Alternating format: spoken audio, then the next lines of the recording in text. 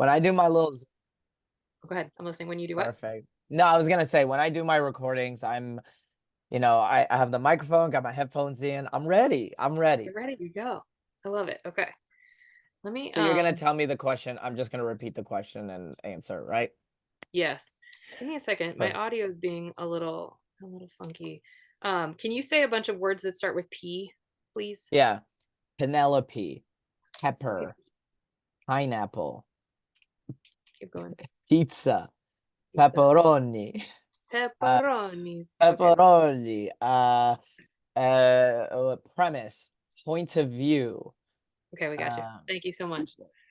mhm. Points for maturity for not saying penis. I'm very proud of you. That's I easy. literally was, it came in my head and I was like, nah, don't say Don't it. do it.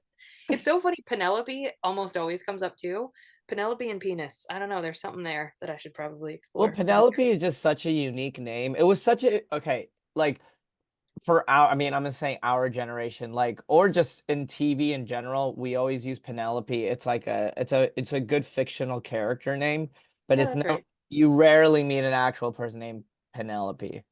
I'm trying to think. I don't think I ever have. That's a fair Mm. statement. Okay. Okay, let's get going. Oh, do you have a heart out? Do I need to speed along at any point? No, Amazing. no, no. Look at how easy this is. Okay, let's I won't go. say I won't say penis, but when you're like, "Do you have a hard out?" I was like, "No, but I have a hard on." Hello, There you go. hey. There you go. You have to. I laid up two of them, so you gotta you gotta do something with it. All right. Love a good hack. Here we go. It is. Let's see. It is Monday, February 12th. Okay. So do my normal intro, running around like a crazy person. So let's eat. I'd like to welcome our guest, Ahmed Al-kadri. Ahmed, fucking Christ.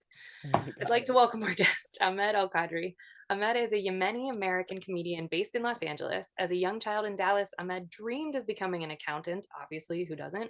But his immigrant parents forced him to be a comedian instead. We've heard that before. An improv class in 2016 at Dallas Comedy House started Ahmed on his professional comedic journey, and he's been making people laugh for money ever since.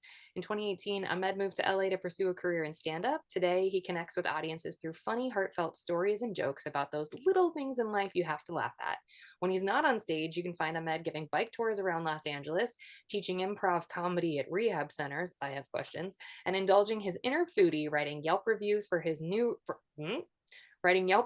new restaurants near Hollywood. I can't read. Also, Ahmed's website is ahmedlovesbread.com, and I too love bread. In fact, I got an interview at a radio station 100 years ago when I was turning in like 70 resumes a day to different places by finally putting I eat carbs in the subject line, and that was the first interview I got.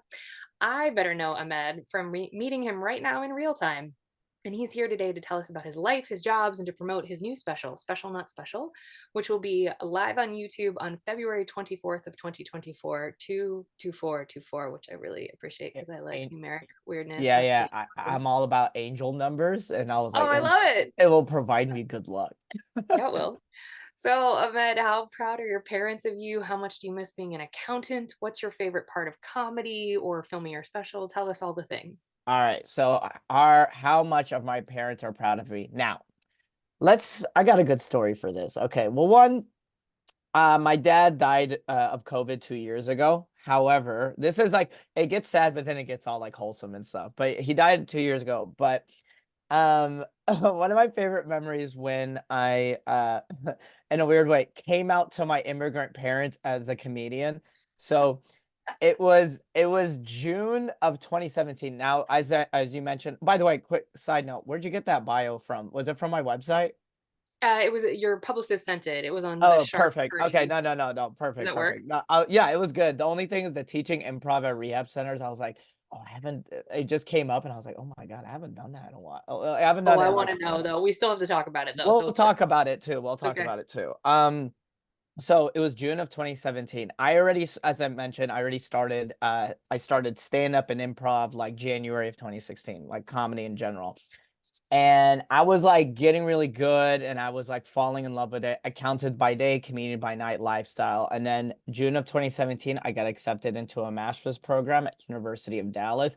The goal was to get my master's and then get my CPA. Now, the day came for signing up for classes. I was like, I can't do it. I don't want to do this. Like I don't like accounting, which will transition to the second question. But I was like, just gonna like keep my job, just work as many jobs as I can, like, and then move on to full-time stand-up. So it was June 18, 2017. I was turning 24 years old slash Father's Day because my birthday falls on Father's Day every once in a while. Yeah.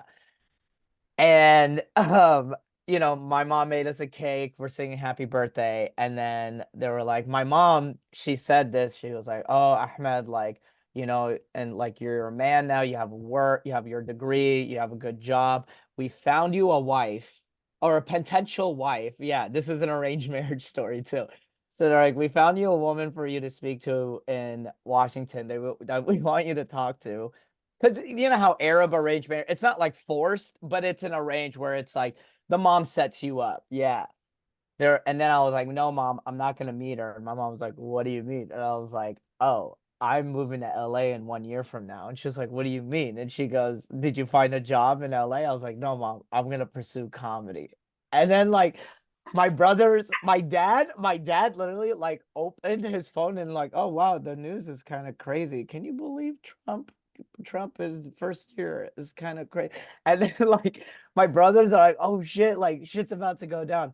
And then my mom did this thing that immigrant parents do where they speak English just to get a point across. She said, "انت قدك رجال ومعك شغل بعدين شي تروح بهدل نفسك. You're not even funny." My God. And my brothers were like, "Ah!" Dude, my brothers reacted as if they were on Maury and they heard that they were not the father. Like they were like, "Ah!" They started flipping tail, dancing, breaking out I'm in dance. sorry. Yeah. And my dad's still in the corner, like, "Damn, that's crazy. Trump wants to do the Muslim ban. What's up with that?" Like, like my dad Like he doesn't won't like. acknowledge it at My all. dad He's is like, like, what you my just said dad is didn't happen. checked out. Anyways, so my mom was flipping out. My mom was just mad because it's like, here's just like your son is doing all the right things that your parent, because it's like, forget Arab culture, Muslim, just like in general, like stand up or in the artistic fields, it's just different, no matter what family you're in, where it's like you go to school, you get a job, and then you get married, and then you have kids. And it's like this step-by-step process, which is so boring to me. So now, like before, so my dad died, but before after he died, uh, we were at his funeral, and there were people coming up to me. They go, "Oh, you're Ahmed. You're the comedian's son." And this is before my career like started like picking up what it is now. And they were like, "Yeah, your dad at board meetings, he used to play your." I only had one YouTube clip up. Yeah, and it was unlisted and it was 5 minutes. And he's like, "Oh, he used to play your YouTube." He's like, "Oh, this is Ahmed. This is my son. Like he's This pursuing makes me want to comedy." sob. Yeah, yeah. So it's people would be like, "Oh, like you're the one," like, and he's just like he like my apparently my dad, and I know he would be doing this. He would like watch my video after every punchline. My dad would look at the people, see if they're laughing, and then look through. Come on. Oh my gosh. Yeah, That's so sweet. yeah, yeah. It was very sweet. And my mom is now. She's not like this is it's her. It's not that she's supportive, but she's not against it either. It's more like, uh, it's just Resigned.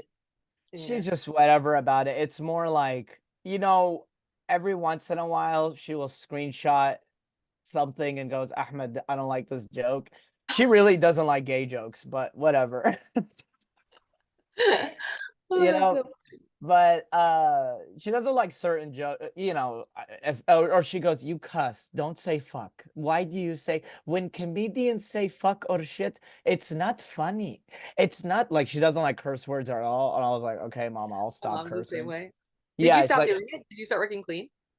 it's not that I work clean per se. It's like I will try to do better in a sense where like I will like, instead of saying, unless I have to say fuck, like it was fucking huge, like for Emphasis. description or something or Yeah. emphasis, yeah, Yeah. I'll use it. But for the most part, I try my best to not.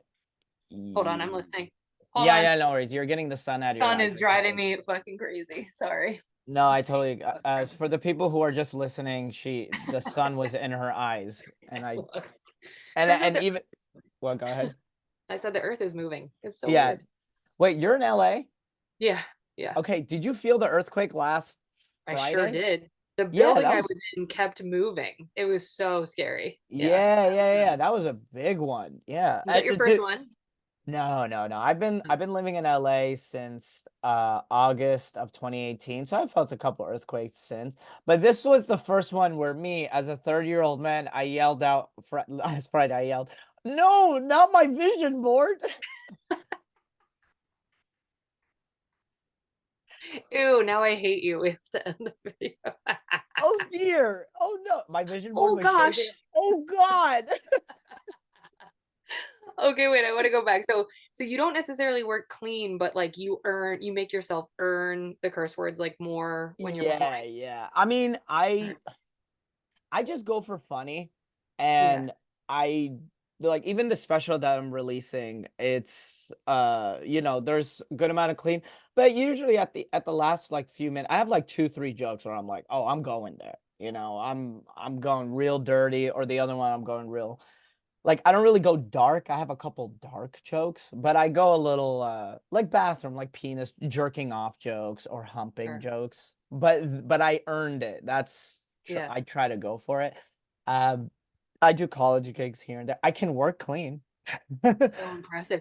There's so many comics who can't, and there is money to be made in the Yeah. college and the corporate circuit. I know people turn their noses up at it, but I'm like, you're passing by on money. It's the same thing with doing like opening crowd work for like TV shows and stuff. And I'm like, when people are unwilling to let themselves work clean, I'm like, that's stupid. You are just sitting on money. And also like people don't realize with colleges, like you just need 10 minutes of squeaky clean because when you do it, have you done a NACA showcase? Not yet. So you do a showcase, and like okay, you submit like a 3 minute, or a 2 minute tape for NACA, and that has to be like super clean. But then when you do your NACA showcase, you only do 10 minutes. You do a pretty clean set, but you could get away with a lot. And now lately the college gigs, knock on wood, hopefully I don't like I don't jinx myself, but for real, like you could get away with a lot. It really just college kids are not dumb. It really depends of like, do you come off as an asshole? Do you come off of like, I mean, me generally, like maybe it's because I'm not I'm not punching down. And if I Mhm. am punching down, it's like tongue in cheek, like I'm just being silly. Like that's the only time. Like I don't the only time like I've had a moment where like someone got up and walked off, it wasn't even, it was like somewhat of a college gig. It was like this Muslim student association. They like hired me for a gig, and I just said the word penis, and only one girl, she was like, but you could tell like she was so religious. Even the other people were like, yeah, this, like I said the word penis and she like got up and left. But I was like, okay, if you can't handle the word penis, it's like Yeah, it's not, lots of things. What's going on? Yeah, you can't yeah. filter it through. Was it I a can't. Muslim college or was it like she just No, was no, it was Muslim? University of Buffalo, and it was Oh, like this. It was like some Arab Muslim student association, and like I had a great time. It was just like I just, you know, like I went a little bit dirty with them because it wasn't under the school board, so I mm. was able to get away with a little bit more. But for the most part, I had a lot of fun with with that gig, and I'm about to do some more colleges first week of March. I'm doing like 3 colleges around Oh yeah. Wisconsin. Super excited for that. Yeah, so are you full-time comedy now? I know it said like Hmm. okay, so when was because we'll get into your jobs in the next section, but was there a moment besides like, hey mom, I'm moving to LA? Because you didn't tell so what with the arranged marriage situation, Yeah, you were like, that girl, peace. I'm not even gonna meet her, or yeah. did you end up meeting her? I didn't meet her at all. I mean, there was Okay. no point of meeting a girl with the intentions of getting married, and then I have zero intentions of getting married. No, I'd rather do that in my dating life. Yeah, sure. Just bomb that Yeah. way. No, Okay. but no, it just I, didn't want to meet her. And it's also like me meeting her, it's not just her. I have to like Meet the either family. yeah, I'm like sitting down Mm. with her, and like this is how my brother Abdurrahman, or AR, got married. He literally, they went down to Houston. He met his, the woman, the lady, and sitting next to her was her father and her uncle. And they were literally just like, "What do you do?" He was like, "I do this for work. I get paid this much. I pray, blah, blah, blah." It was like yada, yada, yada. She started asking some questions, like personality questions. And then, yeah, he answered all those questions. He asked all the questions he needed. And then they're like, "Okay, cool." And then they got engaged the next week. And I was like, "All right." It's wild to me. What year was that, if you don't mind me asking? This I know it's was not. in Abdurrahman got married 2017. So or late 2016, I think he met her. So like the wedding itself was like January of 2017, but like they did like the engagement or like Yeah, uh they did it yeah, like quickly. or like the shaking hands type of my daughter will marry your son type of situation.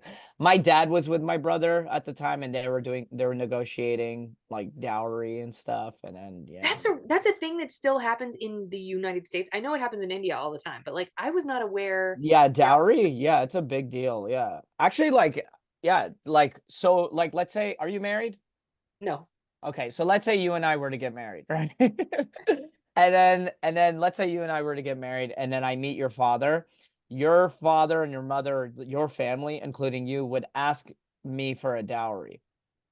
And that which is part of because they are like because I'm marrying you and you're part of my family now type Yeah. of thing. And which a lot of feminists believe it's like, oh, you're property. I'm like, I want to go that far, but it's like I remember like hearing well, not just hearing, like it happens a lot, like growing up in the Muslim community, they'd be like, oh, like they got engaged and then the wedding was called off because the other family would ask like too big of a dowry. Come on. Yeah, Really? yeah, yeah, yeah. Well, I mean, that's kind of like dodging a bullet though. Like if I Yeah. because you would meet like some bougie family. I'm not gonna even say like what culture background, it doesn't matter. It's like let's say like a rich family and they would ask like a huge dowry from them, or it would be like a guy who comes from a rich family and then the other like family is like, oh, this is an opportunity to make as much money.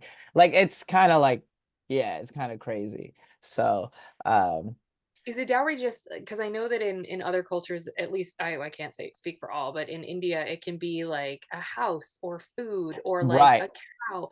What is it strictly financial from? No, no, it could be anything. I mean, it really depends on what the family asks. Like back then during the days like Prophet Muhammad, like they would only ask like a few dates or a few pieces of gold, stuff like that. Like they try to be more minimal, you know, Sure. because they're trying to be like, the least minimal requirement or whatever. Like the least you ask for, the more barakah or the more blessing your marriage will be. Wow. Which kind of makes sense because Yeah. it's like if you're asking, like if let's say, yeah, like if you and I are getting married and your dad went up to me and he goes, you know what? Just like, just take care of her, give her a couple pieces of gold, stuff like that. Yeah, a couple gold pieces and, a goat. Solid. But for some reason, your dad just really wants a goat. But it's like just that, nothing too expensive, and that just proves like something about his character, right? Sure. While like if your dad comes up to me, he's like, all right, $25,000 a Tesla. And you're just like, okay, like it just proves how materialistic the family can be. So it's like, it is very interesting. I don't think, actually, I have a funny story. I remember when my brother Abdurrahman was getting married. I think my dad was the one who promised them a huge dowry. My brother was like, "Why would you do that?" My dad's like, "I don't know why. I just like, Just said it. I just said it, blurted out." And my dad, like, may he rest in peace. He was like a very nice guy, very generous guy. So he was like, I don't know what he was thinking. Probably he was just trying to flex, but he has like a really big account. My brother's like, "Fuck." I mean, he ended up paying the dowry, but yeah, I don't know. I'm still like indifferent about marriage. Well, I mean, I don't even have a girlfriend or a victim yet, so we don't have to worry. So we don't have to worry about that. Okay, wait. I have to move this curtain again. Hold on. Okay, so for the people listening, the sun is setting. I mean, it's 3:26 right now. Yeah, So, how is it setting already? Yeah. well, we're All right. still in winter. Yeah, we are. Sun's gonna be, we're gonna lose the light probably like what, Yeah. 4:30, probably 5. You would think that I could like think I'm at my friend I'm dog sitting for my friend, so I don't like oh this setup ain't it. Oh, thanks for being patient. This is the most No, professional podcast you've ever been on. This is as happy as you're gonna be. Hold on. no One more, one worries. more, one more option. I'm gonna Yeah, close the full curtain. yeah. Let's try that. Oh, come on, please work. Let's see if that does anything. Oh, that's better. Well, A little I bit guess better. it's diseased. It's better. Whatever. Fuck, it's so annoying. It's I look like okay. poor Amit. You're able to like pivot and not. It looks like I have some sort of weird skin disease where like I have white stripes all over my face. God bless Yeah, yeah, you look like that character from Braveheart, that little gremlin. You know what I mean? you. Bleh. Thank You you. know what I'm talking about? The one that Yep, has I sure lupus, do. I sure some do. weird disease. Rude. Yep, you're rude. Um, okay, so I not to make this all about that, but I'm so curious because you're willing to talk about it. So in your family, because you are the person that was like, accounting is not for me, and I'm not going to meet this potential mate, and your brother went ahead with an arranged marriage, did he take the bullet of like, okay, cool, we got one arranged marriage sorted. I'm not Yeah, gonna yeah. worry about I mine. would say so, like my older brother, I mean he has his own issues. We'll get into that later. Like it's more like drug addiction, stuff like that.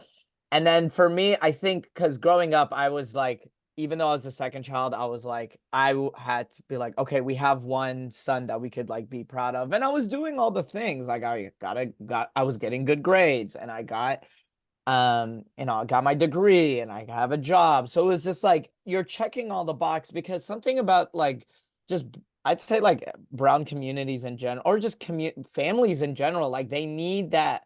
You need to look good on paper because fathers and mothers love to go and be like, yeah, my son graduated. It's not even a brown thing. It's just an American thing, probably. Just It's like an American thing. it's It's an an American. American thing where it's like, oh yeah, my son just graduated from Harvard and my son, yeah, like you got to look good in paper.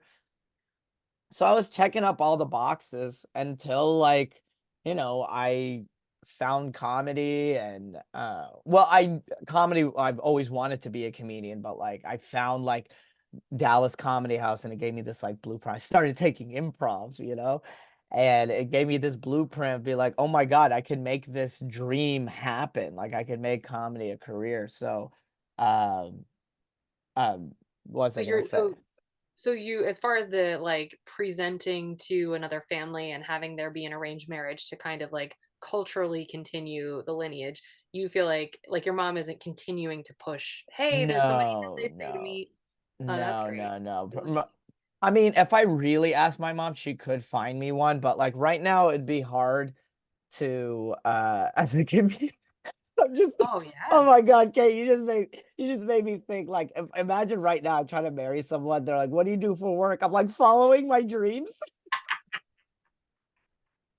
Where'd you last perform? At an open mic in the middle of North Hollywood. There were three people there. You're welcome. Yeah, but like I'm doing some college gigs and sometimes I headline off nights and I'll be selling some tickets. I'm releasing my special. I have a lot of penis material if you want to check it out. What if like Well, I go to an arranged like marriage meeting and they literally play my special? I'm like, fuck. they're 5 minutes in. Your ghost dad flies in and is like, huh? Huh? And they're like, no, no, you gotta go. You gotta Yeah, get over no, you this. gotta get it. Yeah, I really thought about that. Like, if I want to do an arranged marriage, like again, you have to look good on paper. So it's like I can't, especially with the title of comedian. No, I gotta be a working, like I gotta be a Hudson Minhaj or a Mo Amer, you know. Yeah, yeah, both prolific comics. Thank you for saying their names correctly. That's impressive. So are you practicing Muslim now, or would you say you're a defunct, or it's not happening? Okay, so that's a good question. Thank you for asking. I would say, okay. I still okay, there's 5 pillars of Islam. So there's like Shahada, which is like no, like you believe that there's only one God and Prophet Muhammad was the last messenger. And then there's Salah, which is your 5 daily prayers. I've been making some of them. I try, but I for sure make the Friday prayer. I know every Friday you have to go to the mosque and pray. Third is Zakah. Ramadan, which is fast, and I do fast every month for Ramadan, which is March 10th through April 10th this year. And I'm very happy because Muslim calendar we go by the moon, so it shifts back every year. So hopefully by next year we're gonna have like some really short days of fasting. I'm very fortunate. Yeah. Yeah, because I remember like what, a couple years ago when it wasn't too long ago when Ramadan was in the middle of summer and you have to fast. Like we'd have to break our fast, Oh, what, yes. 8 p.m.? Yeah, yeah. Oh. Okay, Um, and for people, and then wait, the real quick, fourth, before you give yeah, us the other two, but for people that don't know, for Ramadan, the practicing Muslims are only fasting when the sun is up until the sun is down, although yeah, that is still a lot harder than people would think. So when he's referencing days being longer, that just means like your stomach is just growling for so much longer and you're just sick. Like, oh, exactly. Thanks for explaining it better. Yeah, like it's I even have a joke about it in my special. I go, it's where we fast from sunrise to sunset for 30 days. If you're a Catholic, it's like Lent, but taken seriously. so true. Yeah, and every Rude but Catholic who true. listens, they're like, it's Yeah. so true. They're like, it's so true. Oh, I love uh, it. Okay, so give us the other two, the last two. the last two is pilgrimage, Hajj, which is you go to Saudi Arabia, you do that you circle around that black box. That's the best way to explain it. Little GameCube. Uh, in layman's term. And last is zakat, which is donation. So you have to donate 3% of your wealth after taxes. So 3%, which is not much, so it's just, and you have to donate it to, a mosque or like I donate my money to if I make money, I donate my money to this organization called purehands.org, which my dad, it's a charity that my dad started before he died. But basically, they just focus on Yemen, just aiding, sending doctors, oxygen tanks, water, stuff like that, like necessities over there. Oh, that's really lovely. We'll put that in the show notes for people to learn some more.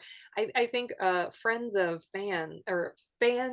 Friends will totally know Yemen because that is where Chandler is going to fly because he thinks he's made up a country name and he just picked a country and he thinks that who was, oh, what is the name? Blanket. Janice, Janice, thank you.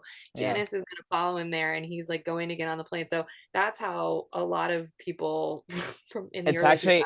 it's literally my first joke when I say my parents from Yemen, and people go, "Oh, it's where Chandler escaped from Janice on the show Friends," and people it always clicks because there's a lot of people that watch Friends. So I love that. yeah, and now yeah, I also even say a bit where I go, now because of the news, they either feel sorry for me because of CNN news or they're scared of me because of Fox News. So yeah. So it's yeah, I mean, we're growing in our repertoire, our reputation. But yeah, and it's crazy because there's like huge Yemeni communities around America. Like they're big in Dearborn, Oakland, Michigan? California. Huh? No, I didn't know they were big in Michigan. Yeah, That's big in the Bay Area, Dearborn, Michigan. Actually, yeah, Dearborn is the largest population of Arabs in general. I Yeah, didn't know Yemen, a that. lot of Yemenis, Lebanese, Iraqis, like just in general, yeah. Like if you go to Dearborn and or Hazarmat, it's like you'll just see stores all written in Arabic. You're gonna get the best food of your life. That's Yeah, awesome. you'll Okay. have some really good food there too. Okay. So just I thank you so much for sharing so openly about this. I'm fascinated. So so you would say, so you're doing the donate, so you're doing like 3/4 of what would technically make you an active practicing Muslim. Would that be fair to say? Yeah, I would say Okay. that because I could be better, obviously, but I'm not religious either. Like, I don't know. I'm so like wishy-washy about just religion in general. Cause like even like okay, like if no matter like whether you're Jewish, Christian, Muslim, like if you're just really religious, you're just like You're not fun. You're just you're like a hall monitor for God. It's so annoying. You know what I mean?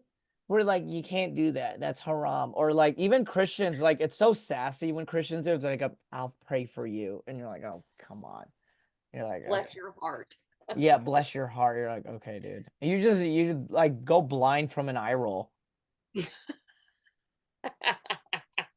Hall monitor forgot I wrote that. That's such a good line. Yes. Oh, okay. So you would say so for your family in general, like you being a comedian and you living in Los Angeles is you've had enough of a life where you could give up accounting fully and dive into comedy as your full-time gig and then giving like tours around LA occasionally, but for the most part, you're a full-time comic. Yeah. When did that shift for you? Because nobody starts as a full-time comic. Yeah, that's a great question. So I again started in like early 2016 improv sketch, moved to LA August 2018. When I first moved here, I was like, I'm never gonna be an accountant anymore. I'm just gonna do comedy. Obviously, just moved to LA, didn't know shit. I learned very quickly, savings, whoop, credit card debt, whoop. As a comic, what? That does not happen. What are you Right. talking I about? was, you know how you I'm gonna admit it. I was one of those few idiots that moved to LA thinking I'm gonna do this, I'm gonna do that. Like, I'm gonna be I'm gonna be working at Laugh Factory. I'm gonna get passed at this club here. I'm gonna be passed. Like, I was literally thinking like I'm gonna do all this in the span of 1 or 2 years. Like, wow, how naive I was.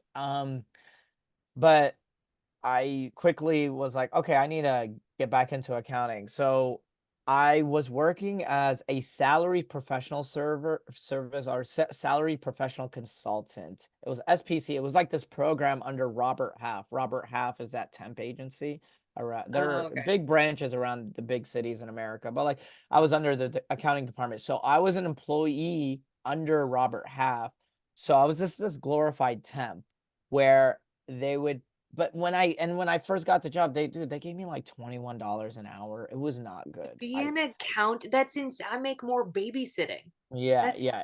insane. Dude, they really it was before the pandemic, but I should have asked for more money. They really fucked me on that. And I was just like not You didn't know. You don't know what you don't I know. didn't know and I was so desperate for money and I mean, like I should have negotiated because like and I'm still learning my value. Literally right now, I was doing it. I'm not gonna mention the club, but they sent me an email. They go, we'll give you a 50-50 door deal. And I respond back. I was like, I want 60-40. They're like, we'll meet you in the middle, 55-45. And I was like, God damn, I should have asked for 70-30 and they would have given me my 60-40. But it's Yeah. just things you learn over the course of just things you pick up. And, and I'm still learning. And it's like, again, I'm still like I'm not a huge headliner yet. I mean, I'm headlining Thursday nights, Sunday nights at big clubs, and I do weekends at smaller clubs. And am I very proud of it? Hopefully I'll be Yemeni Kevin Hart one day. That'll happen. I have been lifting weights, so I'll be Yemeni Look at you. Preacher He's Lawson. jacked, everybody. I noticed that when you moved the curtain, I was like, shit, he lifts. Good for you. Yeah, thank you. Ever since I saw Matt Rice's career blow up, I was like, all right, you know what? We're hitting the gym. you know. No, no, I'm beeping out his name. Everybody stop mentioning him on this show. Okay. From Okay. Ohio and he shits all over Ohio. That's where I'm from. And I'm like, anyway, sorry, go ahead. Oh, he's You're, from Ohio. That explains yes. everything. Fuck off. Okay, now we're done. I'm kidding. I'm kidding. But yeah, No, I know. actually, Okay, so, Big Yemeni community in Cleveland, Ohio, apparently. okay. Yeah. That's I love Cleveland, so that's awesome. Okay, so you're doing the SPC job as an accountant. You're not getting paid enough. You're like, Yeah. They pay me like so 21 an hour, and I would be like, so I'd be like, okay, I'll be employed for the first one was the Los Angeles Homeless Service Authority, LAHSA. So I was working as like just a regular bookkeeper there. And then will be done with that project after like, 2 months, 3 months or so. yeah, And then after I was done, they had me employed where? Oh yeah, they had me employed at this other company called Telesign. It was a tech company. But in between, before they gave me that job, I would have like 2-3 weeks of just chilling. They call it bench time. So they would still pay you throughout that time. So that was cool. That was like the That's only dope as benefit. hell. Yeah, and then they would be like, "Okay, you're working at this company called Telesign." That one was crazy because it was all the way in Marina Del Rey. I was living in North Hollywood, so I had to like 2019 was a crazy year for me, and I Can wasn't you getting paid enough. wait, So, explain to people what that distance is and how long that actually took to drive? uh, Because people not from LA, that's an oh yeah, enormous from LA to Marina, North Hollywood to Marina Del Rey, that's like at least hour and a half commute. I drive. At mean, in least the one at way. least I'm saying at least one way, at least an hour and a half, and or 2 hour commute. So it got to a point where I would have to wake up at 6 a.m. just so I could get down to Marina Del Rey, find this LA Fitness that was near the job, just so I could work out there and then you clock in at like 8 a.m. or 9 a.m. whenever. No, I think I had to clock in at 8 a.m. But yeah. Oh. So it was like, So what's yeah. the moment though? Because I want to, we'll get into the nitty gritty of like the jobs in order in the next section, but I just want to know what was the moment where you felt financially free enough Oh to be yeah, like, yeah. I'm doing Sorry. it. I thought we like skipped to the next section. Okay, yeah. Sorry. So accountants, and then after a Robert Half, I became an employee under this fertility company that was working for them for like a year and a half. After that, um January of 2021, I started doing TikTok every day. I was like, I'm gonna post every single day. And then I moved late, like a couple months beforehand, my room or old roommate Ryan moved in, and he was the one that got me into TikTok. So he and I just started doing a bunch of sketches together, and we like, fortunately, like that's where the my following started to grow a lot. It started popping, TikTok started growing, and I was going live and I was building this community. And then by March 4th of 2022, like comedy was picking up a lot. And that's when I was like, you know what, let me start touring and maybe I could make some money touring while I and sell some merch. And I was just like, and I'm gonna be real with you, like they like I quit right before they could fire me. Does that make sense? Yep, yep, yep. Like they were gonna put me on like performance review or like put me on a performance Observation program. or like Yeah, plan. something like that. Because I'm gonna be real, like I was getting all these opportunities. I was getting like I got a couple corporate gigs. I got some brand deals. I was getting. Oh, and this was during the time Instagram was paying. So Meta was paying. So all my Instagram and Facebook Reels, they were paying me, and I was getting an extra 1,000 a month from that. So Woohoo! yeah, through the bonus features. So that was it. Damn. Yeah, things were looking up, and I was like, you know what? I- I'm done being an accountant, and I was getting fuck ups after fuck up. Like they're like, you You forgot were this. begging. You're like, somebody let me go from this shit. Yeah, and I was like, they were like, what is going on? You're making it was all these little mistakes that kept happening. I was making all these little mistakes, and then the little mistakes kept adding up, you know? You can't do that And with money. as People you get real can't do that. And I was working from home too. So it was just so mad. You're like, I was doing a TikTok video. I can't fucking right, right. No, straight up. Like I was doing like videos and shit, and then I love yeah, it. yeah. I will be real. Like I was focusing so much on like comedy slash content creating. It was taking up so much of my time. My actual job. Forgot about it. But I mean, it was like and also like you kind of it's kind of weird, but you kind of know. Does that make Yes. sense? Yes. Like, Yes. and I didn't want to. Oh, okay. Now that like it's all coming back to me now. I remember going to a comedy show and it started coming up on my mind. I was like, dude, like accounting's not working. I think I can make this work. But and then I was telling my friend Isan and my therapist too. I remember being like, I feel like one foot's in accounting, one foot's in comedy.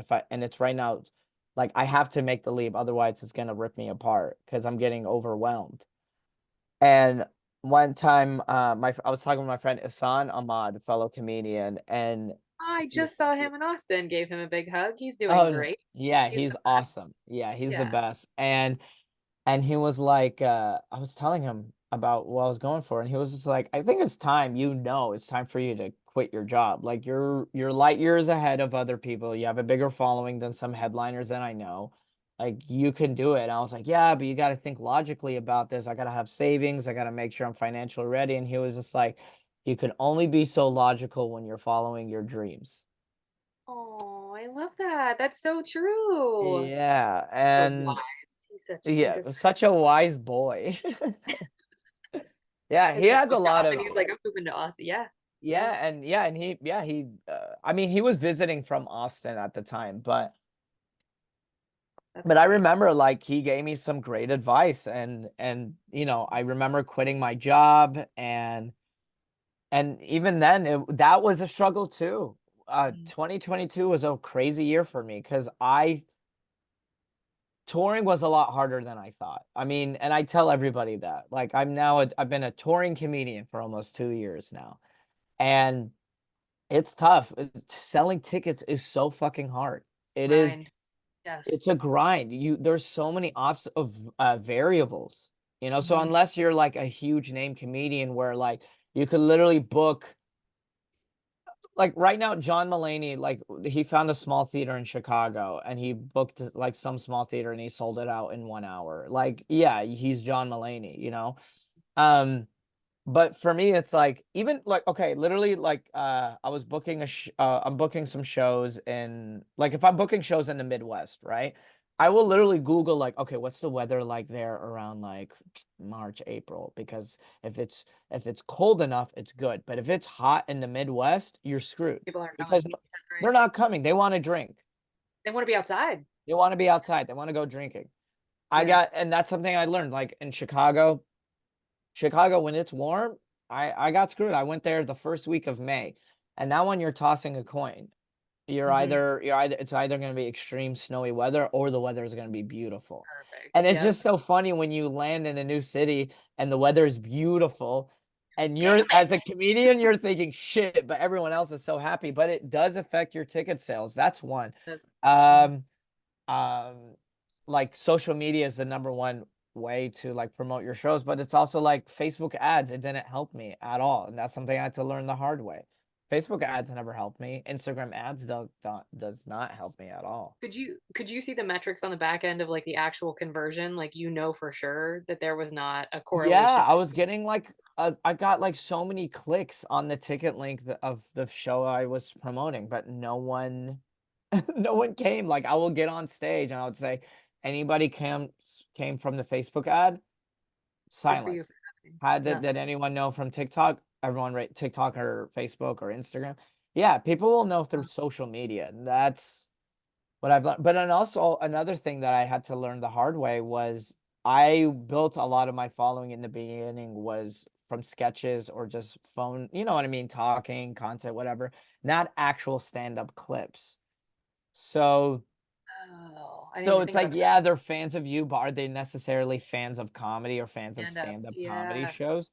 So, 2022, I started posting more stand-up, but 2023, I most of my content within the past year is mainly stand-up, not uh and not others. I'll still post some sketches here and there. I mean, my friend is meeting me up and we're about to post some more, we're about to shoot some sketches. I love sketch comedy no matter what. But here's some other notes that I have, like that I want to pull up. Like, when it comes to bookings, raise prices to $25 a ticket. See if the venue can send you the emails after tickets are sold. Oh yeah, I have an email list, so I'll send emails. Yeah.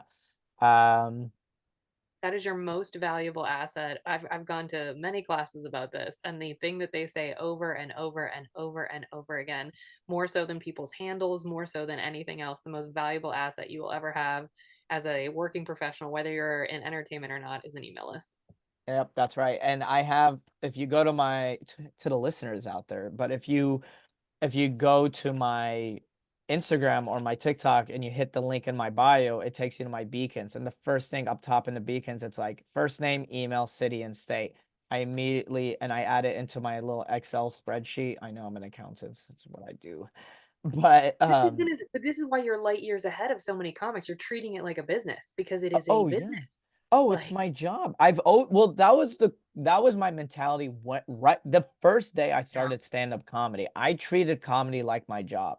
It was this job that I knew will pay me dividends in the future. Like I look at everything as a business. Like when I was driving, miles for an open mic or an audition or something, that's me paying my dues. That's me owing comedy $1 million, and this is me paying my debt to comedy. Mm, Um, it's let me think. Oh yeah, always book 3 months out. That's the best usually the best time to book a show is 3 months out for the most part. Sometimes they book a year. It depends on the club, but usually 3 months out. Um, oh, this is interesting. This is a good tip too. The best time of the month to send an email is the 6th of or through the 14th of the month. So why? so February 6th through February 14th, it's usually the best time, or March 6th through March 14th, or uh, you know, whatever month from April 6th or April 14th, that's the best time to send emails to comedy clubs to get booked. Is that just because you've seen the metrics prove that, or there's an actual like reason No, that there that's was like an actual reason. It was a specific agent or a manager slash agent. She told me about this, but she was like, usually that is the time because from the first through the fifth, that's when they're working on their month end or year end books. 6th through the 14th, they have time to look at their emails, and then the rest of the month is just them doing all the shows that they have to be doing. wow, what a great thank you. That's so helpful. What else? Yeah, Any other goals? yeah, I do. You're so Somewhat, this is so kind. You're sharing this with like a bunch of comics that'll be listening to this. You're giving them yeah. tips. That's Well, very yeah, if you're a comedian listening to this, please message me. Honestly, I would love to. I love helping younger comedians, because when I was a younger comedian, I wish I had a person like me at giving me help. That's why, yeah. like, when I have openers or like, especially if I meet a younger Arab comedian, especially if you're a female Arab comedian, I give them all the advice I could give them. It doesn't, even if you're not an Arab, like I want to help you. Like I want to help you no matter what. Okay. Like here's another ones for best time to book shows. So like November through end of February, try to refrain yourself from booking shows outside as where you have to fly, because flights are usually expensive around that time and usually get canceled because of blizzards. So depending on certain areas of the country, it's November through end of February, it's hard to like book some shows out. Um again, unless you're like a huge name, but these are just certain things. The best time to book shows would be for the fall, September through mid-November, or spring, March through May. And then summer, try to work a teacher schedule. Summer, June through August, yo, don't try not to book shows where you fly because it's the summer. People are traveling, it's warm, so people would rather go out or do vacations. Maybe do some shows in the South. Because when I, like a year ago, 2023, I did a tour in July. I did decent in Texas, but that's because I have a good pull in Texas. Sure. But I'm going to Europe again. Me and Sammy Obeid, we co-headline. We did August last year. We did Europe, and we're doing Europe again this year. Good for Because you. yeah, his stuff has been blowing up because his comedy, he's always talked about Palestine, and now the subject is blowing up. Why? And also Yeah, good pun. yeah, Good it's joke. popping. It is It's a hot popping over topic. there. But now that People are it's dying. It's a genocide. yeah, it's like this hot, yeah. So he always talks about it. So now he's like building, and then my special's coming out, and my following's growing as my stand-up audience is growing. So we're co-headlining again in August, but that's like the time in the summer where I'm like, it's like a tour, but it's also a vacation. Hello. Yeah, we'll be there. I'll be there in Europe, July 13th through 30th. I'm excited, but I'm trying to We're in think. we're in Europe because we have an international audience. Oh, well, London, Manchester, Stockholm, Berlin, and Amsterdam. So stay tuned for those dates. We're still locking in all the venues, but That's great. oh, okay. So those are like the times, the best time to tour in America for that matter. Um, yeah, try to have to I put raise prices to $25 a ticket because know your worth. I mean, in the beginning, when you first start touring, and if you charge $20 a ticket, that's okay. You're just starting out. But Mhm. I changed it to 25 because I'm like, I know my worth. And I know and I'm releasing my hour. I'm still charging 25. Once I have, this new out once my new hour is like ready and it's good, I'm probably gonna charge like $30 a ticket or so. Oh yeah, make sure they don't take expenses after the cut. So like certain things, that's what I learned the hard way.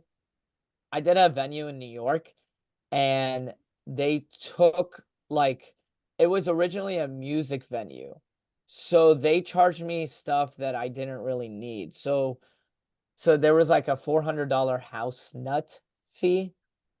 Yeah, What? and house nut, it was like operations for the venue, but I was like, why? And I didn't realize it till I got the check. I was like, why is it $400? I should have negotiated it down. Like, or there are some others that I had to negotiate before I went in where they will, some venues will take a percentage of your merch sales. Yeah. What?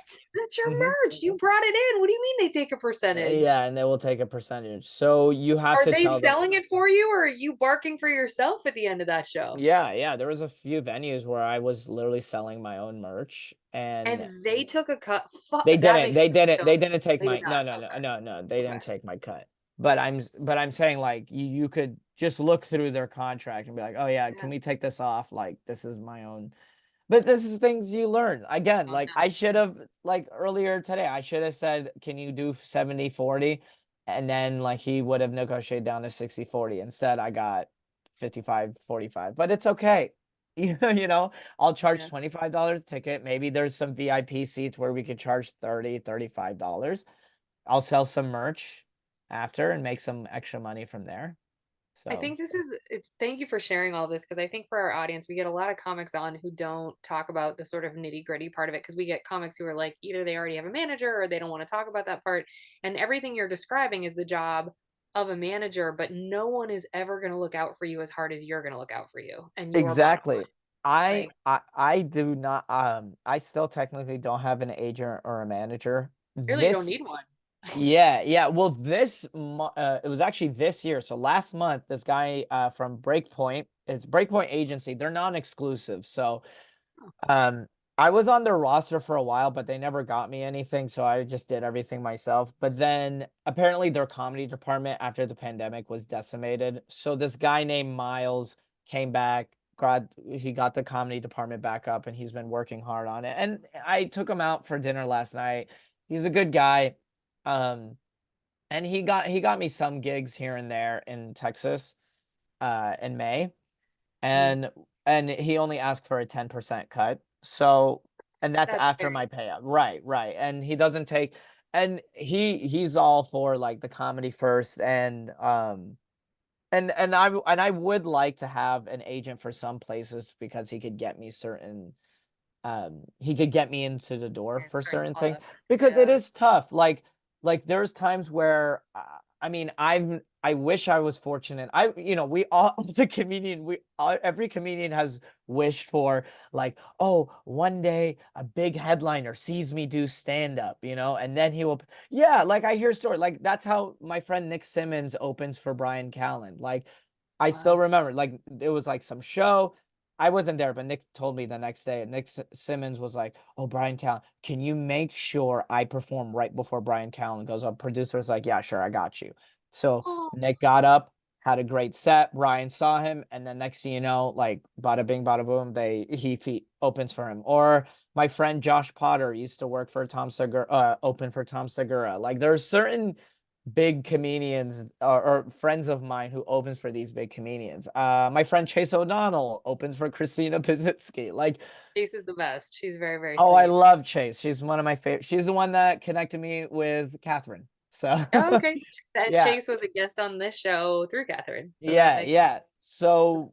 Um, so like, and I, obviously as a younger comedian, I'm sure the comedians who are listening to this is like, yeah, we wish that, but which sucks. And the fact of the matter is, we're not those guys. And it's when you accept it and you go, you know what, I'm just not that guy. I'm not, maybe and it doesn't mean that you're a bad comedian. It's just, and now in hindsight, I'm glad. Like now the times where I've opened for a headliner, it's just my friend. So like let's say like there was a comedy club, stand up, I think it was Stand Up Live in Phoenix. Yeah. Or it was one of those. But my friend Sahib Singh, great comic, he was headlining there. So I literally would text him like, hey bro, can I open for you? Their feature. He's like, yeah, sure. I don't have a feature. I was like, thank you so much. I drive down to Phoenix, had a great set, was able to sell some merch because he lets me. And then the bookers, they thought I was hilarious. I went up to them, shook their hand. I would love to headline there one day. Boom, they gave me their email. And that's how you can get into the door of some of these comedy clubs. But what you're describing is also, I mean, you said earlier, like, know your worth, but also, comedy is littered with very uh insecure, like very Yeah. self-deprecating, Yeah. sad people. Yeah. And what you're describing is like these are confidence moves of like, then you go up to this person, you shake this hand, you get this email. And I'm like, I'm thinking of the number of mikers that I'm like, oh no, he would never do that. Nope, she would never do that. Like, because it's I hard. it is okay.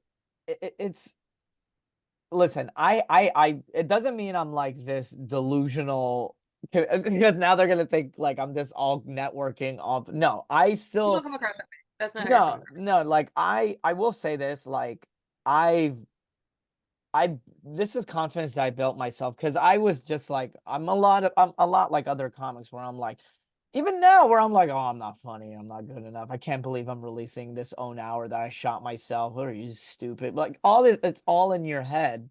Yeah, it is. But at the same time, now I'm not an accountant. Like I gotta make some money, you know what I mean?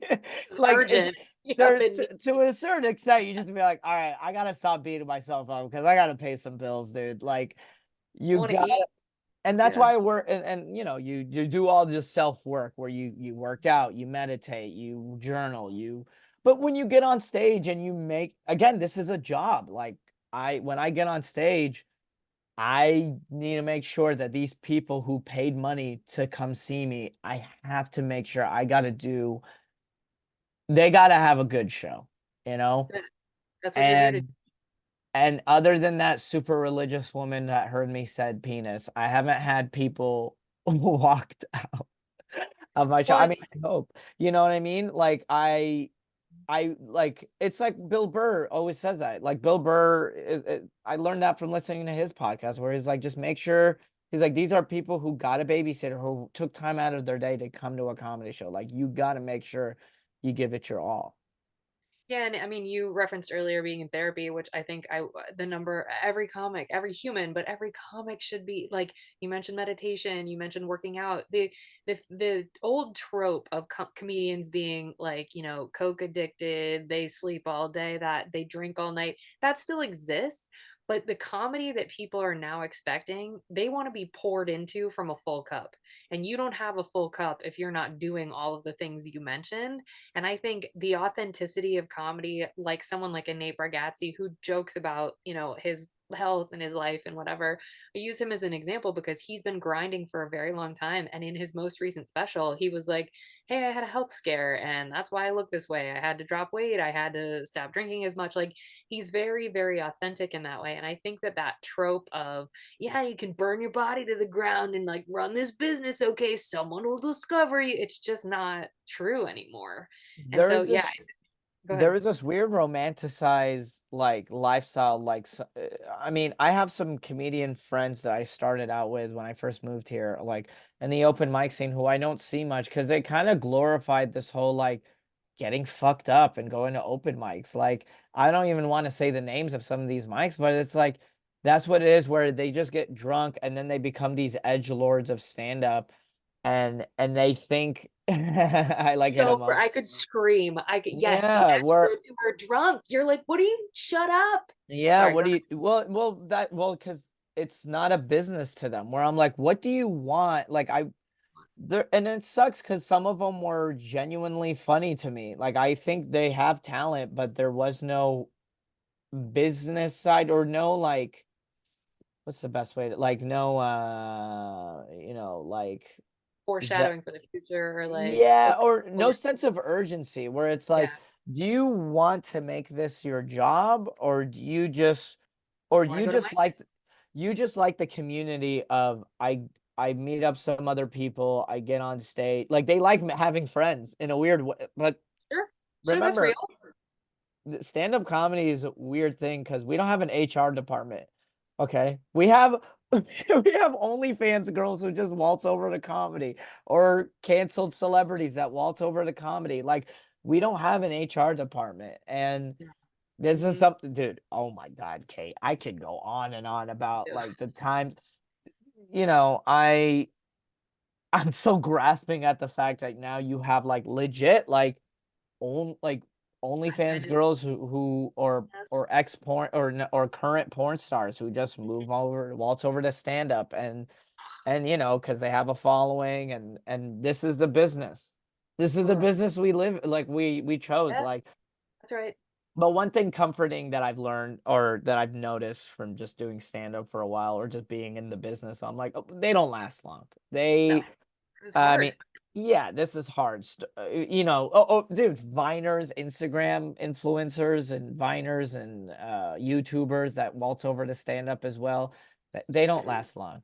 The No. amount of times, like, I got passed at the improv about a year ago. And thank you, Hey, thank you. congrats. Yeah, That's huge. I got passed at the improv about a year ago, and you're doing spots at the lab, and you'll have some random kid that I was like, I don't doesn't even look like I'm like, who is this guy? And they go, oh, like he's just some YouTuber.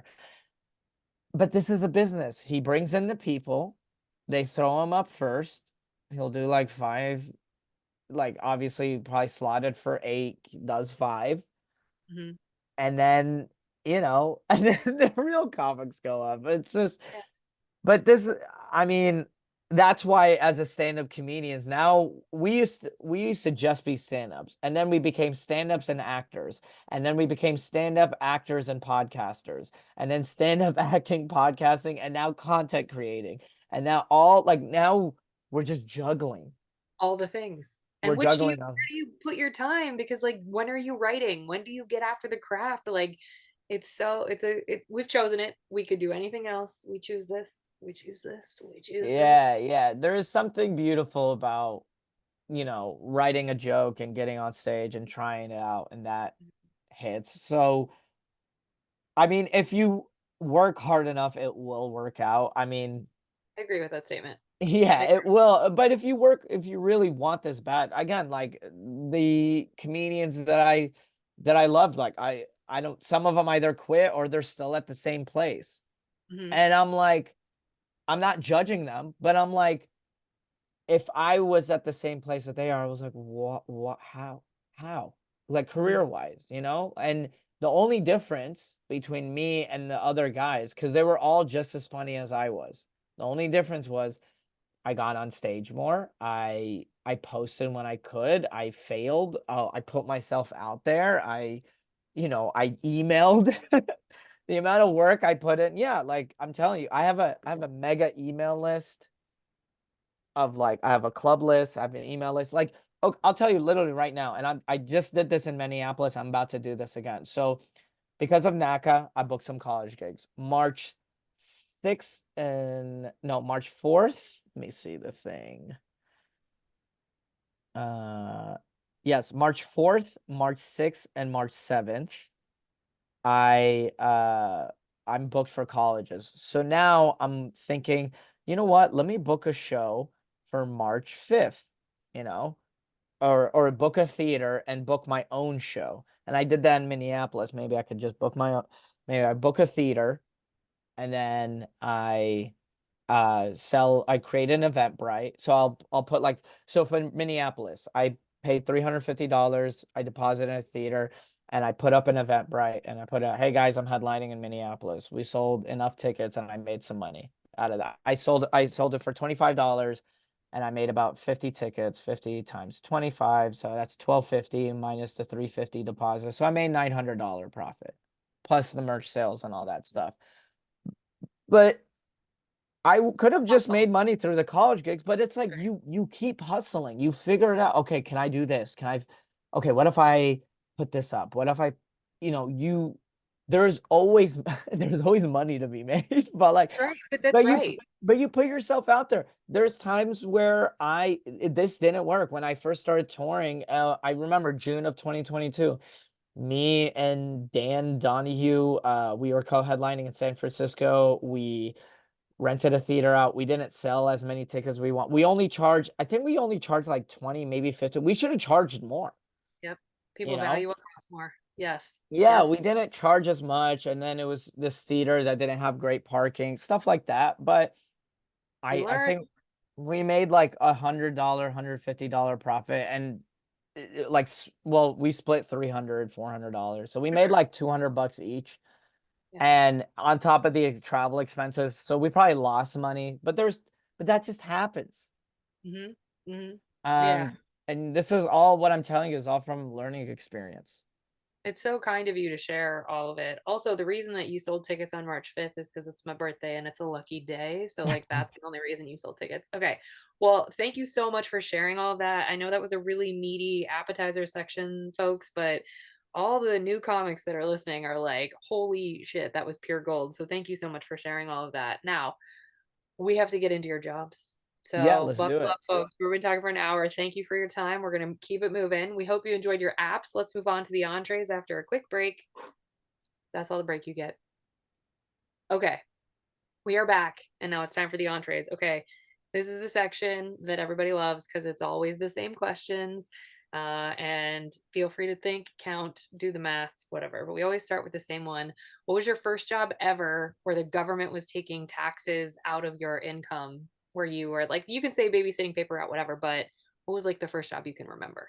Where I was getting government tax, whatever. I worked at a shoe store. I worked at this place called oh my God, what is it called? Uh, um, oh, hold on. K and D. Oh my God, I'm blanking out. DK. Yeah, DK Foot and Casual. Yeah. It was, Woof, okay, yeah, casual woof. yeah, Okay. DK Foot and Casual, and it was a shoe store. They also had clothing store, and it was urban. It was a black clothing store, but it was, I yeah, mean, the yeah, name, yeah, yeah. come on. But We knew. it was on First Street in South Garland, and I started working there when I was like 16, 17 years old. Hmm. Were you pushed out of your, like, were your parents like, as soon as you can work, you're going to work? Not really. My parents aren't like, hey, we'll give you an allowance. I was like, I just wanted to work and make some Money. Yeah. my own They'll find you money. a wife, but they're not going to give you an allowance. That's good. Yeah, They're yeah, good. pretty much.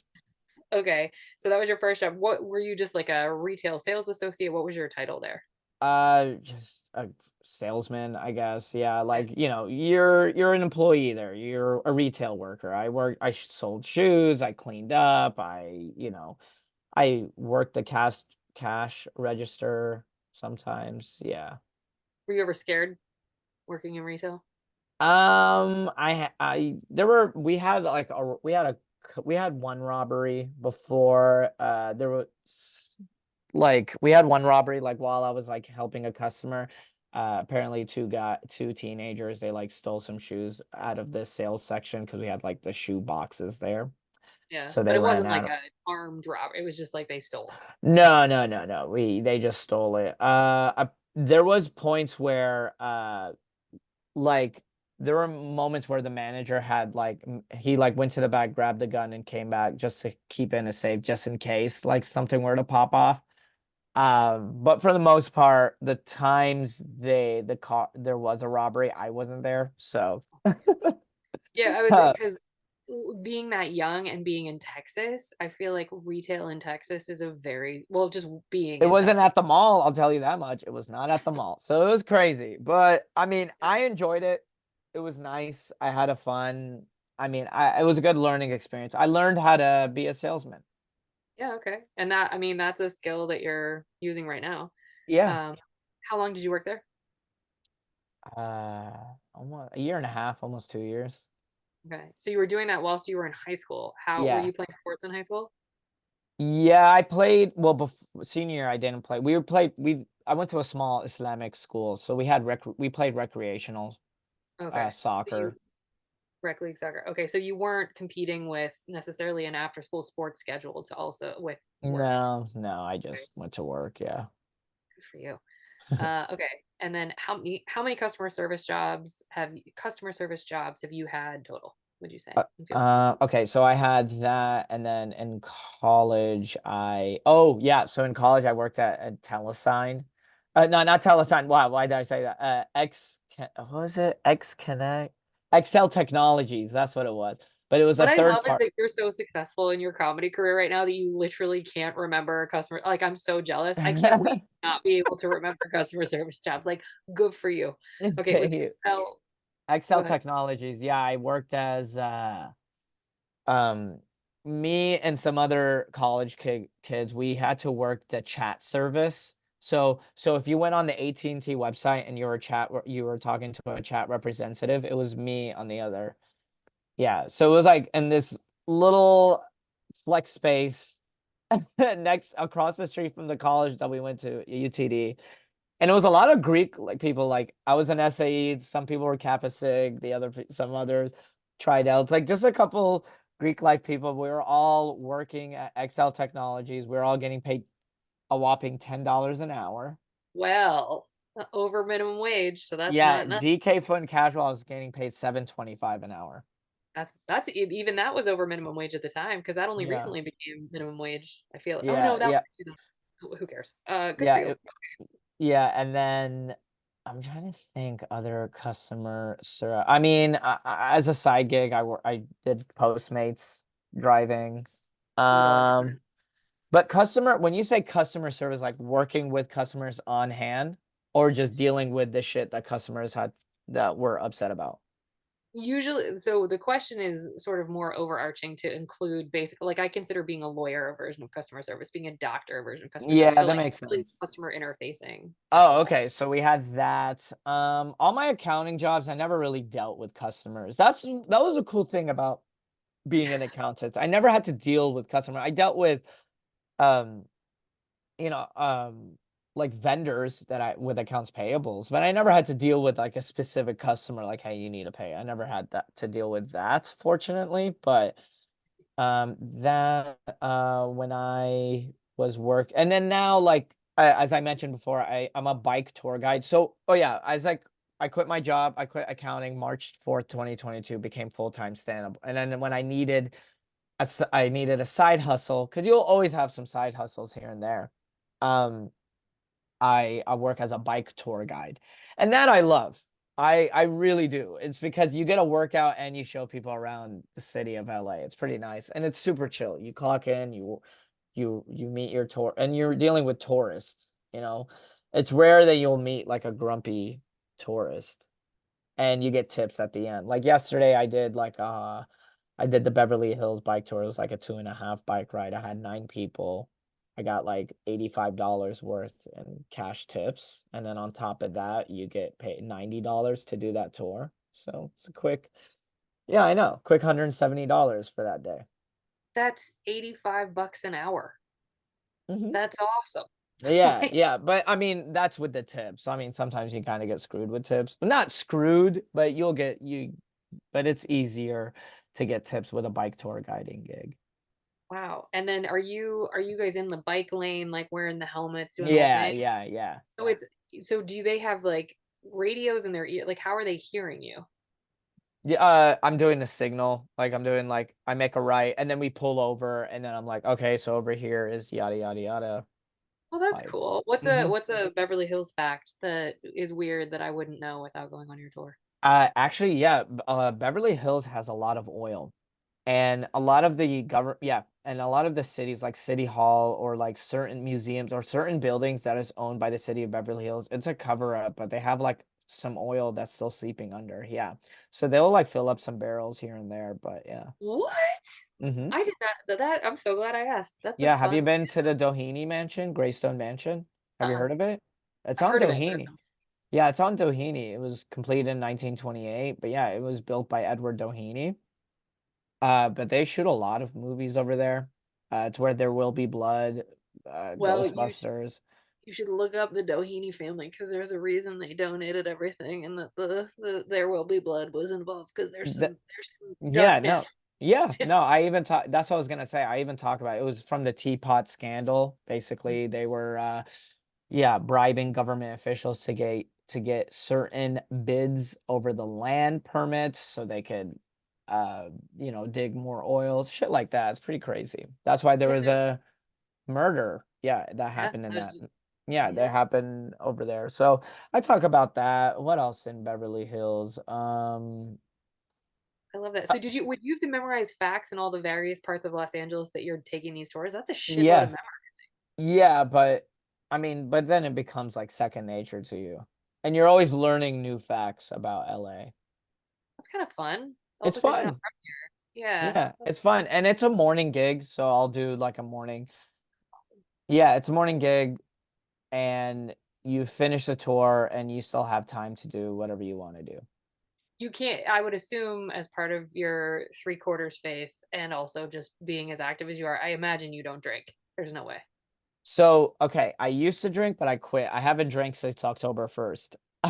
It's weird. I like Good for never, you. Of yeah, it's weird. Like I never drank, and then I drank in college when I joined a fraternity.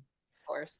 Of course, Greek life. Yeah. So I drank, and then I like, but alcohol was never a big thing to me. I like smoking weed. You're an outlier. But yeah, October 1st, I haven't been drinking. I smoked weed a handful of times.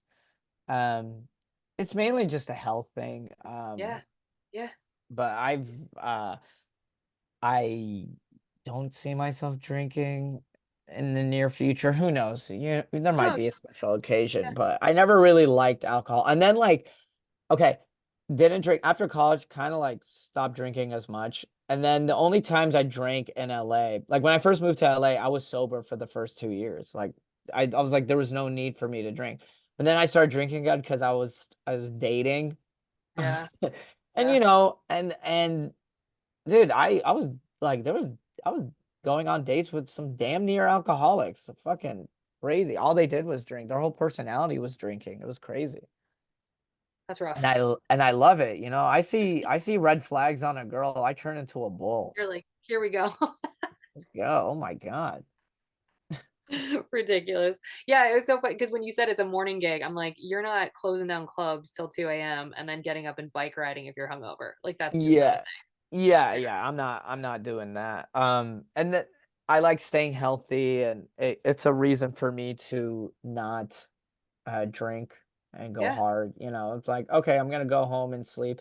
I mean, I'm 30 now. I'm not really like trying to go to parties and go to I fortunately because I loved stand up so much, I never wasted my 20s with the whole oh sorry, my friend just texted me.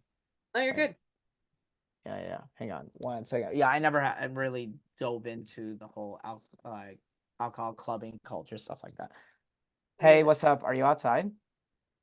Okay, all right. I'm wrapping up a podcast and I'll be right out. All right. All right, bye. Okay, Is he cool. stuck outside like waiting for you? He's walking. I know he just parked, so he's walking. We got time. Okay. Okay. Well, then let me start getting back to these questions. Okay. So what was your favorite job of all of the customer service jobs? Bike tour guide. I mean, I still do it. I still love it so much. Okay. Uh, I'll be the biggest comedian ever, and I'll still like do some do tour it. guides when I can. Yeah. Do you consider comedy customer service? Yeah. I do Yeah, too. I do I do because too. dude, literally like I mean, I'm even stopping myself to a point where I finish a show and like there's a part of me that wants to shake every fucking person audience member's hand and be like, "Did you enjoy the show? Did you like, you know?" But then Mhm. you can't because just wait, people come up to you if they liked it. Mhm. You know, because it's subjective. It's stand up, you know, and Yeah, you're that's trying right. to turn it, but you try to make sure you do your job and you have good customer service. Like if I've said people that on, want to take pictures, you take pictures. If yes. you do stand up, you sell your merch. Yeah, you do your goddamn. job. Yeah, you have to glad hand, and that's customers. Like I've argued this a lot, and a lot of people don't agree with me. You're very smart, obviously, because you agree with me. Okay, least favorite of all of those jobs that you listed. It's Um, gotta be the I'd shoe say job. the chat service. I didn't like it. Oh God, I forgot Yeah, about that. Yeah, gotta get chat out of. service. Okay. Did they train you on what to say if people were Yeah, like they making? train you. You Okay. had can respond. It's just people are just fucking stupid. Yeah, they are. Was there ever an incident in any of these jobs where they asked to talk to your manager about you? Oh, the Excel for sure. The Excel. Why? The chats represent because they think that because they wanted deals on AT&T that they couldn't that I would not give them. They think it was all the time, and I was like, fine, sure. They Sure, can't job's help my you. boss. Okay. Yeah. What's the weirdest thing you've been asked to do whilst on the clock at any of these jobs? The weirdest thing I've been asked to do during a job. Mm, Yeah, I remember like I wasn't an accounting I was something, but I remember like getting someone's groceries, like my manager's grocery. Not even like a grocery, like he was like, "Hey, are you stopping? Can you give me this is weird, but can you give me like a Tide laundry detergent or whatever?" I was like, "Okay." it's odd. Okay. Yeah. Okay. What was the last straw? Was there ever a job where you were like, flip a table, get me out of here, I quit, burn it down? Or Literally, I mean, with my accountant, every accounting job, especially with Telesign, like the manager I was working for was such a huge see you next Tuesday. So like there were so many moments where I was like, I want to just yell at her and just be like, mm, "Fuck you." Or my first accounting job at Capital Analytics, there were so many moments where I just want to like go down, find this other account and just beat the crap out of him. Like so many times, but whatever. I just hated these passive aggressive emails and passive ugh, aggressive messages. I can't deal with that either. Have you how many that doesn't work for you because you've never bartended, right? You didn't No, internet. no. Okay. Well this will be interesting. Do you tip Oh yeah, I especially because I get tips with the bike touring job. I tip at least 20%. 100%? Okay. At least. Okay. Uber, Lyft, everybody. Yeah. You're tipping everybody. Even I will say it's gone even the times where people like they tap and then they switch over the iPad and they ask for the Yeah. tipping. I've Yeah. been saying no tip because I'm like, bitch, you are not doing anything. Like the people, you know what I mean, where they're Yeah. selling stuff and they add for a tip even though you don't need a tip. There are moments where I would like get like the smallest percentage. I'll tip $1 or something, but Okay. like, Is there yeah. is there ever a moment when a server is a certain way and you're like, if the server does this, no tip? No, no, because they're trying to do their job. I mean, fortunately, I'm pretty nice. If they're too mean, or but if they're not as nice as I want them, like if they're not, if I don't like their vibe, I'll still give them a tip. But if they're too bad, I won't tip at all. I mean, there are rare occurrences where, they fucked up. It's their fault, and I'm like, I'm not tipping you. Like this is This ridiculous. is a mess. Okay. Yeah. And have you ever been fired from a customer service job?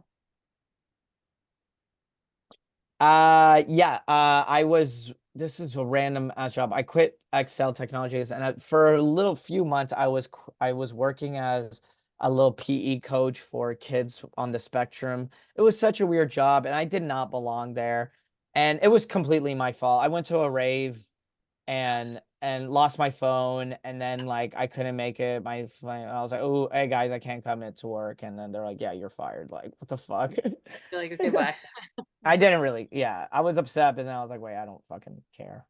Okay. And last question in this section, who's the worst customer you've ever had to deal with, or an archetype of who the worst customer would be? An archetype would be just a person that just is trying to bend the rules, even Mm, though like we don't do it for anybody, and they keep asking for deals, and they're trying to bend the rules, thinking like the world revolves around them, and then they don't take accountabilities for their own wrongdoings. Those are the type of customers. Like where even you as an employee, including your manager, is like, get the F out. Like, get yeah, out. yeah. You are a bad person. Yeah. No one's ever said that before. Bend the rules person. Yeah, that's a great Hmm. answer. Okay. We're gonna move on to the good stuff. We hope you saved room for dessert. Last section, then you can get to your friend. Okay. What's the nicest thing a customer has done for you whilst you're working? The Or a fan? nicest the nicest thing while I was working, someone has Mm, done for me. Um, nicest thing someone has done for me while I was working. Yeah, one time I was working this my boss Maria. I was working as an accountant for this like insurance company or some shit. And shows how much I cared about that job. But like Maria came and she would give me like she gave me like some gifts and she goes, "Oh, I know you like this. I saw you reading this book called You Are a Badass. So I got you this button that you like from that said book." And it was very nice and very thoughtful of her. That is really thoughtful when people pay Yeah, attention. and when I left, when I quit that job to move to LA, they got me a book and it was like all these like words of affirmation from Come people like we're gonna miss on. you. Yeah, so it was very nice. All right, Maria. Shout out to Maria. Yeah. What's the best tip you've ever gotten? I was giving a bike tour job guide and the Truesdale Estates, the rich people. I was apparently giving a tour to the people who live there. And And yeah, they and they gave me a $300 tip. It was insane. okay. Good for Yeah. you. So you made a lot of 150 extra dollars an hour. What's the best lesson you've personally learned from working in customer service? Patience. I Yeah. mean, I know it's such a generic, but it's like patience and also like you I mean, this is with comedy as well. Mhm. And like me dealing with negative comments or Yeah. comment people commenting bullshit on your page or just people a lot of the times has nothing to do with you. It never does. It really and it's hard to make it especially as stand-ups we take everything personally, but like Mhm. it really doesn't have anything to do with you. Them. It's Like their stuff. Hmm. yeah, and you're like, okay. And Yeah, they and don't. you just let it go. And when you let it go, you feel a lot better and you move on and you maybe go, maybe I could have handled this situation better. But that's the best way to put it, where it really does has nothing to do with you. That's the best lesson that I learned from it.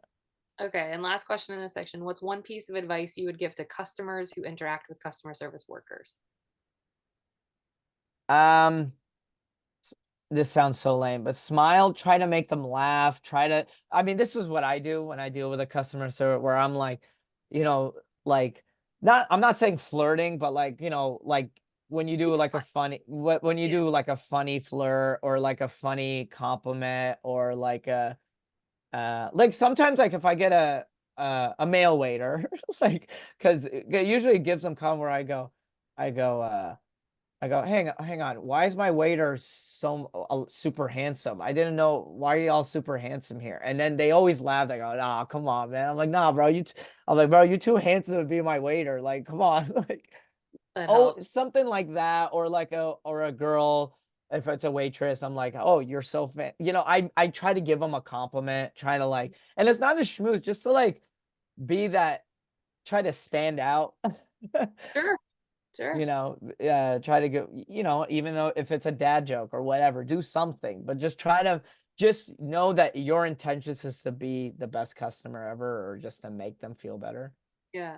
That's great. Um, Okay, well, how can people get your new album or your special? Like, what's your IG, yeah, TikTok?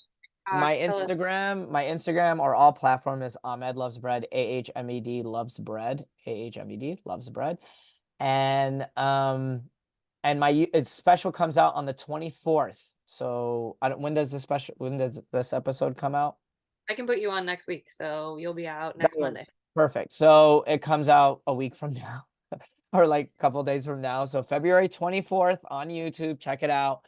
Yeah, I mean, I'm super excited for the special. And if you live in LA, I'm screening it at the Hollywood Improv. Rita, God bless her soul, she was like, "We gotta have it screening." So we're screening it on Monday, February 26th, and I'm super stoked for that. That's great. How do people get tickets for the screening? It's online. It's only $10. It's literally just for the sake of, the renting the room, stuff like that. So, That's great. Well, folks, we're going to drop your checks now. Thank you so much for listening. If you want to help us out here at Service from Hell, we'd love to have you subscribe, rate, and or review the show wherever you listen. It will help reach, Kate, it will help us reach more people that need to be schooled in the art of being kind and will be catharsis for those of us still working in the industry. If you want to get in touch with us here at Service from Hell directly, send us your receipts to servicefromhellpodcast@gmail.com. We always love hearing from y'all. Remember, if you can't afford to tip, you can't afford to go out. So don't be garbage and be good to people. It's easier that way. Thanks for being on and giving us so much of your time. I really appreciate it. This was of lovely. course, I had a lot of fun. This was so much fun. Thank you so much for having me. And I'll see you around the scene.